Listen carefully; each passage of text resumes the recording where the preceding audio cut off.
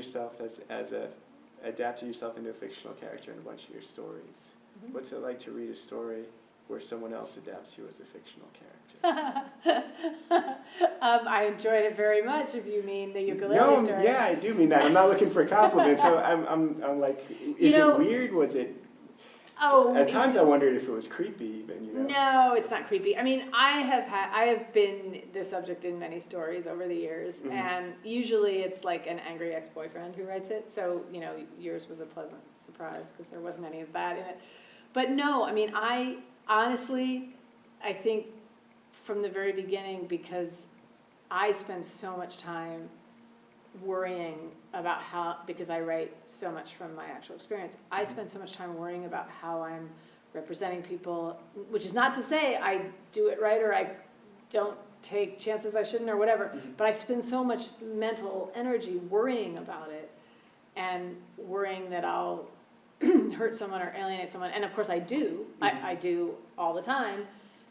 And trying to be more compassionate and all that, trying to take responsibility for my end of it, all those things that when someone else writes about me, like I really just have a policy, like I am just like, that is your fictional character that you invented, based on me, and you are free to do it.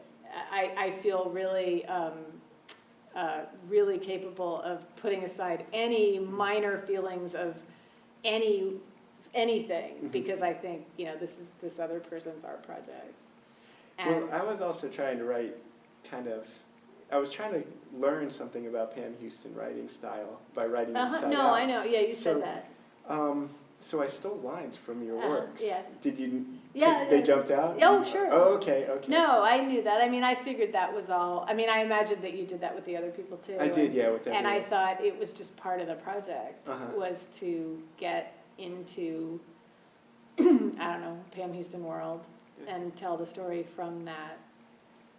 Even though you're not Pam Houston, right? And also the other writers. No, I thought that was a kind of a cool part of the project. And in the story I mentioned, when we're doing that reading, someone in the audience asked me, "Is the short story dead?" And I'm up there in front of this crowd, and I'm thinking, Pam Houston's the headliner, and I'm like doing the 2:00 slide, and you're asking me if the short story, me with the novel, if the short story's dead. But you seem to get that a fair amount, that question, being. Is the short story dead? And being, someone who is really kind of at the top of the short story.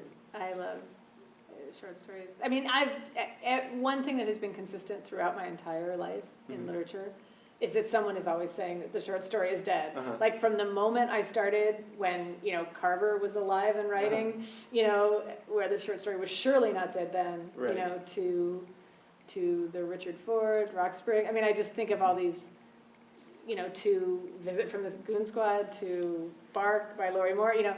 I just think of all these great books of short stories that are always among us. So it's certainly not any deader than it was the last time they said it was dead. Yeah. and the 10th of December was on the bestseller list when she asked that There's question. The big one. Yeah. There's the big one. Yeah, no book bigger than that. The best book of the year, said the New York Times. So. But that was real awkward for me. It's like, oh, come on, it's like being in a room with Bob Dylan. Is folk music dead? That's Bob.